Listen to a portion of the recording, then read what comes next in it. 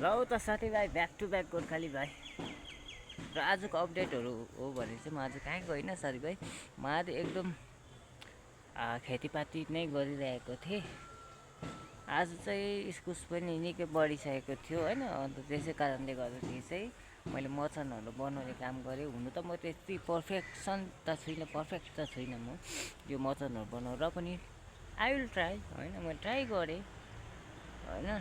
मैले भन्दैछु बारम्बार ट्राई त गर्नुपर्छ नि त होइन मान्छेले। तपाईँहरूलाई देखाउँछु म ल, हेर्नुहोस् है साथीभाइ।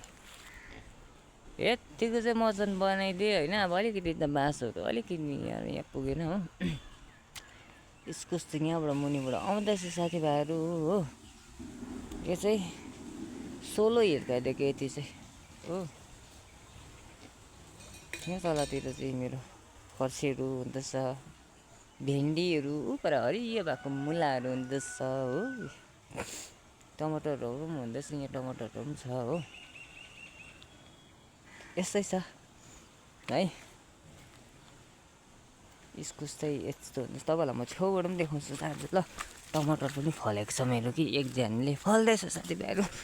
हुन्छ कि हुँदैन भनेर चाहिँ मैले ट्राई चाहिँ दिएको थिएँ कि, तर हुँदो रहेछ त्यो इस्कुस हो। इस्कुसको मचान चाहिँ बनाउँदैछु।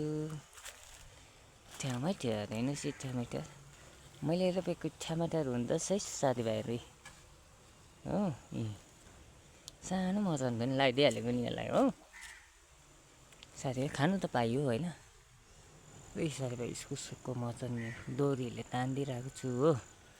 अनि उपार मेरो अस्ति फर्सी छिटेको थियो कि त्यहाँमै फर्सी पनि भएछ साथीको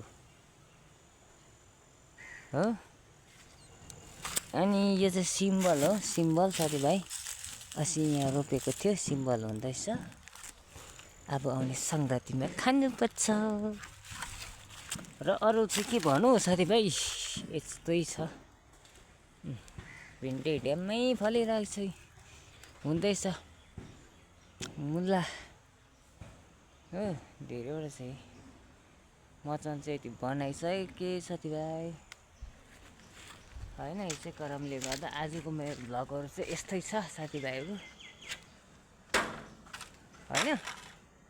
र तपाईँहरूलाई त्यति भन्दै आजको अपडेटहरू पनि म दिँदै जानेछु है। र हजुरको भाइ, हजुरहरूको कसैको दाजु, कसैको भाइ, ब्याक टु ब्याक गोर्खाली भाइ।